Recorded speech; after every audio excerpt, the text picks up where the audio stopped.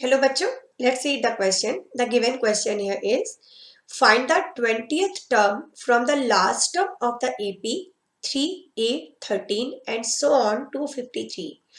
तो हमें यहाँ ये AP given है और इस AP में लास्ट से मतलब एंड से हमें काउंट करते हुए 20th टर्म फाइंड करना है। तो पहले फॉर्मूला देख लेते हैं कि क्या होता है अगर किसी एपी में हमें term from the end find करना हो। ओके, तो फॉर्मूला है nth टर्म फ्रॉम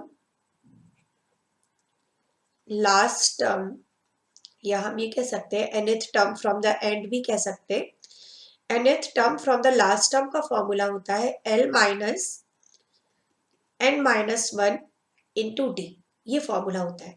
ठीक है, तो यहाँ पर l क्या होता है, l means the last term जो कि क्वेश्चन में हमें दिख रहा है 253 है। n होता है जो टर्म हमें फाइंड करना है, टर्म टू फाइंड।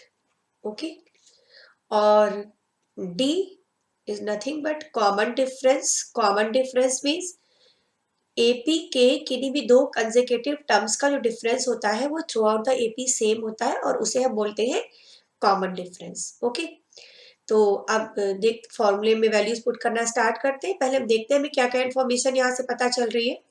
सबसे पहले तो लास्ट टर्म है 253, सो l equal to 253।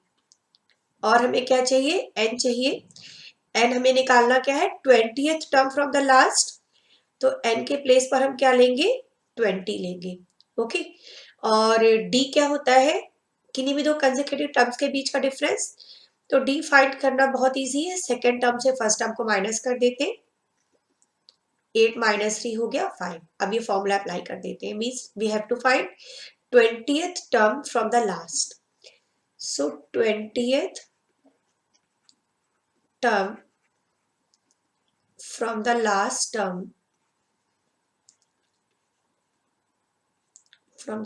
term this will be 253 minus 20 minus 1 into d means 5। Okay, तो ये हो जाएगा 253 minus 20 minus 1 19 हो जाएगा into 5।